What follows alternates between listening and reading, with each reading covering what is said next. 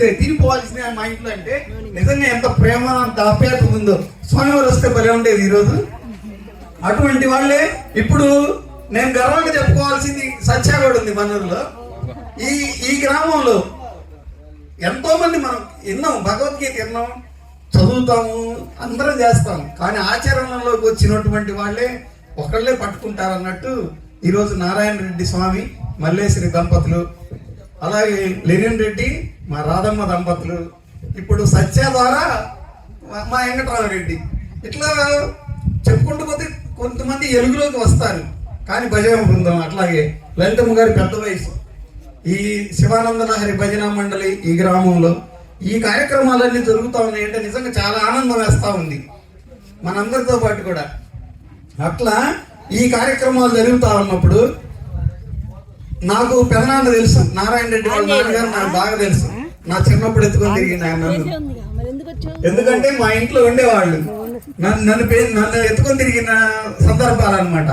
అయితే ఈరోజు నారాయణ రెడ్డి మల్లేశ్వరి వాళ్ళు ఇట్లా కావటానికి ఇంతమందిని, ఈ గ్రామంలో వాళ్ళు తక్కువ మంది ఉన్నారు ఈరోజు వాస్తవంగా, చుట్టుపక్కల వాళ్ళే ఎక్కువ వచ్చారు. అంటే బంధువులు, ఆత్మ బంధువులు, వీళ్ళంతా చుట్టాలు కాదు, రక్త సంబంధికులు కాదు, భగవత్ స్వరూపులు అంతా వచ్చి ఇక్కడ ఆత్మ బంధువులు అయ్యారు.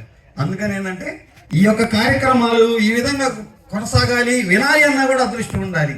నేను మీ ఇంటికి వస్తే యజ్ఞం చూసా, స్వామివారి మాటలు విన్నా, అలాగే ఇప్పుడు ఇక్కడికి వస్తే భగవద్గీత జయంతి విన్నా, ఆ మాటలు విన్నా.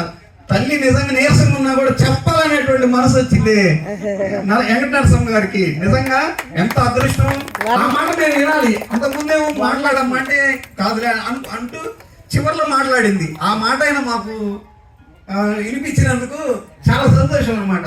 మేము ఈ విధంగా అందరినీ చెప్పుకుంటాం కాదు, గొప్ప అని కాదు, కానీ ఈ గ్రామంలో పుట్టడం ఒక అదృష్టం. అయితే మేము ఈ కొనసాగించే కార్యక్రమాల్లో భాగస్వాములు అవుతున్నందుకు కూడా నిజంగా డబ్బులు ఇచ్చేవాళ్ళు ఉండొచ్చు, కానీ చేసేవాళ్ళు కావాలి. ఎంతో మంది డబ్బులు ఉన్నోళ్ళు ఉన్నారు, కానీ చేసేవాళ్ళు లేరు. కాబట్టి ఇట్లాంటి కార్యక్రమాల ద్వారా నారాయణ రెడ్డి ఒకటే మాట చెబుతా ఉన్నాడు స్వామి, ఏమనంటే అన్న మనకు తెలిసిన పరిధిలో మనం చెప్పి వాళ్ళని ఏదైనా ఈ సనాతన ధర్మంలో తీసుకొస్తే కొంచెం వాళ్ళ బతుకులన్నా కొద్దిగా మారతాయేమో, చెప్పంగా అన్నట్టు. చెప్పేవారు లేకపోతే ఎవరు లేరు అన్నట్టు చెప్పడం ద్వారా ఈ విధంగా మనం కొనసాగిద్దాము. మీరు తీసుకున్న నిర్ణయం ఒక్కోసారి నాకు భయం వేస్తా ఉంది వీళ్ళ పక్కన నిలబడాలంటే. నిజంగా ఎందుకంటే వాళ్ళు చెప్పే మాటలు కానీ, వాళ్ళు చేసే ఆచరణలో కానీ, లేకపోతే ఇట్లాంటి కార్యక్రమాలు చేయడంలో కానీ అంటే భయం అంటే వేరే భయం అని కాదు, ఆధ్యాత్మికంలో రావాలి అంటే ఆ మాటలు మనం చెప్పాలి అంటేనే అది కూడా ఉండాలి. నేను ఇక్కడ నిలబడ్డాను అంటే భగవత్ సాక్షి స్వరూపంలో ఆ పక్కన నిలబడాలంటే ఆ ధైర్యం ఉండాలి. ఇవాళ 10,000 మంది జనాభా ఉన్నారు. ఎంతమంది వచ్చారు ఇక్కడికి? నాకు పొద్దున అనిపించింది భగవద్గీత జయంతి రోజు అసలు మోడీ గారికి ఒక మెసేజ్ పెడదామని. భగవద్గీత జయంతి రోజున అసలు సెలవు ప్రకటించండి అని. ఈరోజు మా ఊర్లో అన్ని మన ముందే, మా కళ్ళ ముందు ఆటోలు వేసుకొని పోతా ఉన్నారు. అంటే వాళ్ళకి లేదు, అది తెలియక. అదే ఆదివారం వస్తే క్రిస్టియన్స్ ప్రార్థనకి నువ్వు కలెక్టర్ లాంటి డ్యూటీ అనుకొని చర్చికి పోతా ఉన్న సందర్భాలు. నిజంగా ఇట్లాంటి సందర్భంలో జనం లేకపోతే వినకపోతే ఏమనిపించింది? సనాతన ధర్మం ఏమైంది? అసలు నిజంగా మన వాళ్ళు ఏమి నేర్చుకుంటున్నారు? కనీసం అలాంటి చెప్పేవాళ్ళు కూడా లేకపోతే నారాయణ ఒకటి అన్నాడు, మాకు ఏ ఊరు నుంచి ఆ ఊరు నుంచి వచ్చారు ఇద్దరు, మాటలు రావు కానీ వాళ్ళు చేతలు చేస్తారంటే వాళ్ళతో ఒక్కటి మాట చెప్పాడంట, చెప్పంగా నేర్చుకుంటారు మీరు కూడా, చెబుతా ఉండండి మీకు తెలిసింది అంటే. మైకులో మాట్లాడటం అందరికీ రాకపోవచ్చు, నిజంగానే రాదు, కానీ చెప్పంగా చెబుతా ఉంటే అలవాటు పడతారు.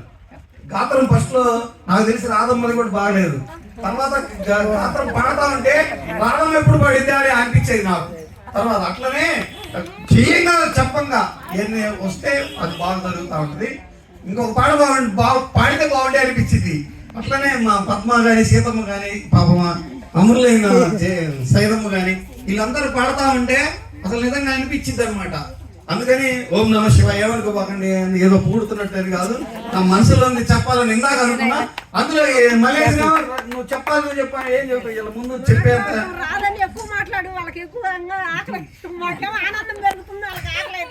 ఇక్కడికి వచ్చాక వీళ్ళ మధ్యలో మాట్లాడాలంటే నాకు భయం వేసిందమ్మా. నిజంగా నేను రాలేదు. అందులో మాత్రం పెద్దవాళ్ళు ఉన్నప్పుడు "అమ్మో, నేను చెప్పలేనేమో నాకెందుకులే అప్పటికి సెల్లో ఒకటి తీసుకున్నా అదన్నా చెవుదల చూసాను టైం లేదు. సరే ఏదైనా కానీ చక్కగా జరిగింది జయంతి. అదృష్టవంతులు మా అమ్మ పెదనాన్నలు.